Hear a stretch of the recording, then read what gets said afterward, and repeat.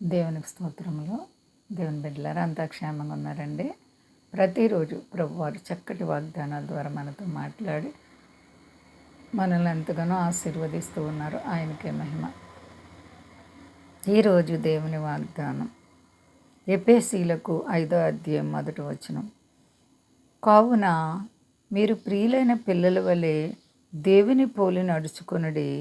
క్రీస్తు మిమ్మును ప్రేమించి పరిమళ వాసనగా ఉండుటకు మన కొరకు తన్ను తాను దేవునికి అర్పణగాను బలిగాను అప్పగించుకొనెను. దేవునికి మహిమ ఘనత ప్రభావాలు కలుగును గాక. ఎంత గొప్ప దేవుడో చూడండి. మన కొరకు మన ప్రభువుని క్రీస్తు వారు చేసిన గొప్ప త్యాగం ఏండి. మనలను దేవుడు అంటున్నారు, ప్రియమైన పిల్లలుగా దేవునిని పోలి మనం నడుచుకోవాలంట. దేవుని బిడ్డలం మనం. దేవుని యొక్క పోలిక అనగా ఆయన స్వభావం మనం కలిగి ఉండాలి. ఆయన ఆలోచనలు, ఆయన తలంపులు మనం కలిగి ఉండాలి.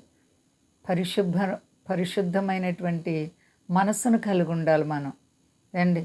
అందుకని అంటున్నారు, మరి మీరు ప్రియమైనటువంటి పిల్లల వలె దేవుని పోలి నడుచుకోనండి. దేవుని పోలి పైన ఏదో మనము వస్త్రాలు మార్చుకోవడం అవి కాదు, కానీ మన హృదయం దేవునిలో పవిత్రంగా ఉండాలి. క్రీస్తు వారి యొక్క మార్గం ఏదనగా మన యొక్క అంతరాత్మ పరిశుద్ధతగా ఉండడమే ఆయన మనకిచ్చినటువంటి నియమం. మనసు మార్పిడి. ఆయన అంటున్నారు, నేను మార్గమును సత్యాన్ని జీవాన్ని ఉన్నానని. మార్గము సత్యము జీవమైనటువంటి క్రీస్తు వారి కొరకు మనల్ని మనం మార్చుకొని మార్గమైన క్రీస్తులో స్థిరత్వం కలిగి ఉండాలి అండి. ఆయన తన పిల్లలను ఎప్పుడు కూడా విడిచే దేవుడు కాదు. ఎంత గొప్ప దేవుడు చూడండి. ఆయన మనల్ని ప్రేమించారు పరిమళ వాసనగా మార్చడానికి. మనము క్రీస్తు సువాసన ఉండాలి. ఈలోక సంబంధమైనటువంటి చీకటి కార్యాలను విడిచిపెట్టాలి. అసహ్యమైనటువంటి కార్యాలను విడిచిపెట్టాలి. మంచిగా ప్రవర్తించాలి. మంచి పనులు చేయాలి. మనం అందరినీ మన వలె మన పొరుగు వారిని ప్రేమించాలి.